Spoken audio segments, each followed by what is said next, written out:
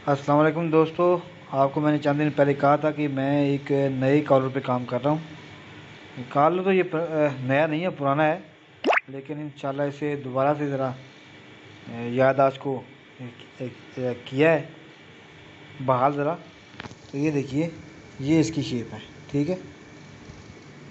और ये कॉलर, ऐसा कॉलर कट करने की वजह क्या है? जिसने भी ये पैटर्न बनाया होगा, मेरा नहीं है ये जो पैटर्न बनाया होगा किसी ने भी, उसने इसकी ये शेप क्यों रखी होगी, ठीक है। उसकी वजह बताता हूँ आपको मैं। ये देखिए, ये सर इस तरह जुड़ेगा, ठीक है। और ये देखिए, जब इस तरह जुड़ेगा ना, ये चीज़ यहाँ पे जुड़ेगी, नोक आपकी, ठीक है।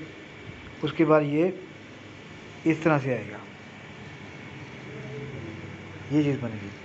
और मेरा ख्याल है कि ये दूसरे कॉलर से, मेरा ख्याल है, ज़रा अच्छा बैठेगा, ठीक है। क्योंकि ये शेप इसकी बिल्कुल आपस में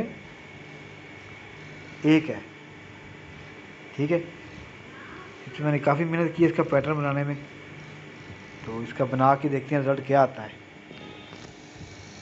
फ़िलहाल ये देख लें,